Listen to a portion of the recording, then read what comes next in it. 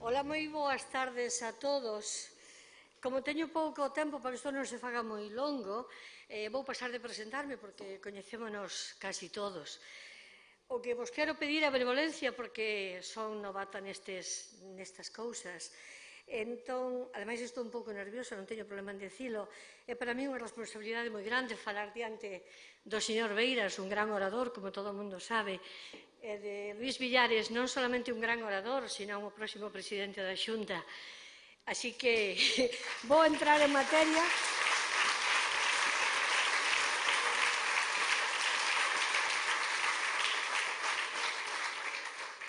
Seguro que todos vós recordades as mareas de xente que encheron a Praza da Compañía o ano 2010 e o 2013, aquelas tremendas manifestacións nunca vistas en Monforte, donde xuntamos a máis de 15.000 persoas cun único berro na defensa da sanidade pública do noso hospital.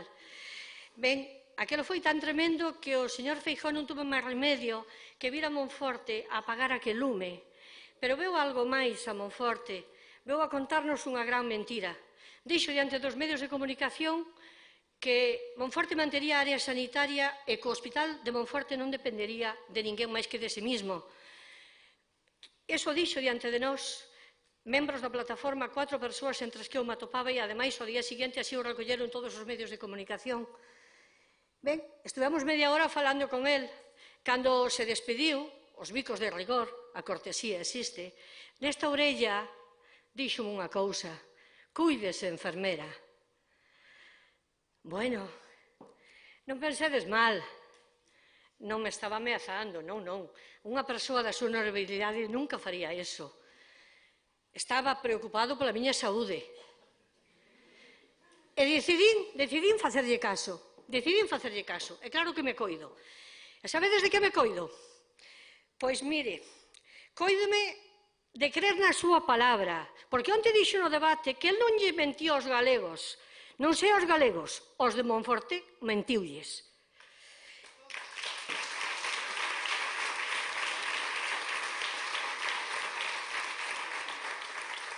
Coídome de deixar de loitar pola sanidade pública. Coídome de que se me esqueza a precariedade sanitaria na que eu nacín. Eu son filla de labregos. Os labregos naqueles anos non tiñamos seguridade social, nin menciñas, e ademais se había que ingresar e había que facelo no centro de beneficencia, hasta facía falta a axuda do cura da parroquia para poder ter ingreso. Deso tamén me coido. Coídome de non esquecerme desas 2 persoas enfermos de hepatitis C que morreron por non lles dar o tratamento a tempo. E quero, aquí neste sitio, recordar quen foi o culpable, un dos culpables dese feito. Sabéis quen tiña no caixón os informes que aconsellaban eses tratamentos? O señor Félix Rubial. Félix Rubial, naqueles anos, director da asistencia sanitaria, hoxe en día xerente da área sanitaria de Vigo. Ben, está actualmente acusado pola Fiscalía de homicidio. Ese mismo señor dixo aquí neste mesmo lugar, dixo que os ginecólogos do Hospital de Monforte non tiñan capacidade nin calidade polos poucos partos que facían para atender os partos en debidas condicións. O dixo aquí, tuvo valor de vir a dicir eso aquí.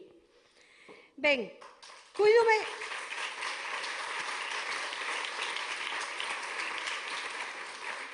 de deixar de denunciar o decreto do señor Feijóo, que o único que fixo e para o que valía era para privatizar os servicios sanitarios, que xa están privatizados a día de hoxe, mantemento, informática. Espérannos máis laboratorio e esterilización. Se algo non sucede e cambia o ritmo da sanidade neste país o 25 de setembro, que así esperamos que sexa. Cuídome de deixar de reclamar o centro de maiores para os nenos con discapacidade do Infante Elena, que xa tiña que funcionar este ano e aínda non comenzaron as obras. Cuídome de deixar que se me poñan os pelos de punta por esas persoas que cuidan os dependentes que cada día teñen menos recursos e, ademais, están en un sofrimento continuo.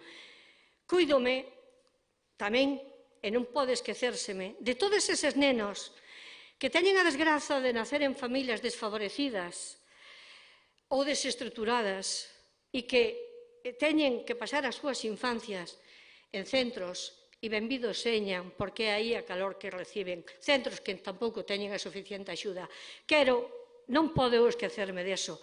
Un recordo especial para o centro da Ferreirúa que temos nesta comarca, un recordo para a hermana Saleta, para a hermana Sera e un bico para o meu fillo.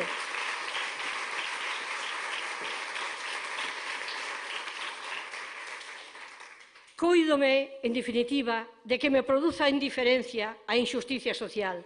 E por eso estou aquí, por isto e por outras moitas cousas. Estou aquí porque creo en Luís Villares, estou aquí porque creo no seu proxecto, estou aquí porque sei que é un home que podía estar vivindo perfectamente no xulgado, pero decidiu dar un paso adiante para encabezar esta candidatura e poder cambiar as leixes, porque el como xuez non pode cambiar as leixes, tiña que executalas. Traballou moito en beneficio da xusticia social desde eses xulgados nos que foi pasando, pero non podía cambiar as leixes, por eso estou aquí. Ben, tengo un gran coñecemento das administracións públicas e estou aquí, por eso que vos decía, porque sabemos todos que é un home de leixes, pero sobre todo porque é un home de lei e vainos devolver o que Feijóo nos roubou. Por eso estou aquí. Agora